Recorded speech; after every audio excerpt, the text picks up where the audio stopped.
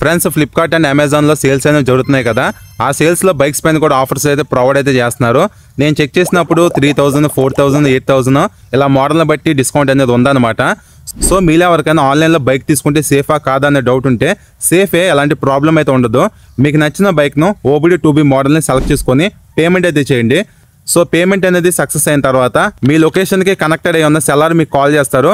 Call చేసిన తర్వాత షోరూమ్కి వెళ్ళి ఐడి ప్రూఫ్స్ ఉంటాయి కదా, ఆధారు, పాన్ ఇలాంటివి, అవి సబ్మిట్ చేసి షోరూంలో ఇంకా మీరు సెలెక్ట్ చేసుకున్న బైక్కి RTO, ఇన్సూరెన్స్, ఈ పేమెంట్ కూడా మీరు చేయాలి. అలానే షోరూమ్ వాళ్ళు కూడా ఈ పని మొత్తం మీకు చేసి పెట్టినందుకు షోరూమ్ హ్యాండ్లింగ్ ఫీజు కూడా తీసుకుంటారు, అది కూడా మీరు పే చేయాలి. సో ఈ విధంగా మీరు ఆన్లైన్లో బైక్ అనేది బుక్ చేసుకోవచ్చు.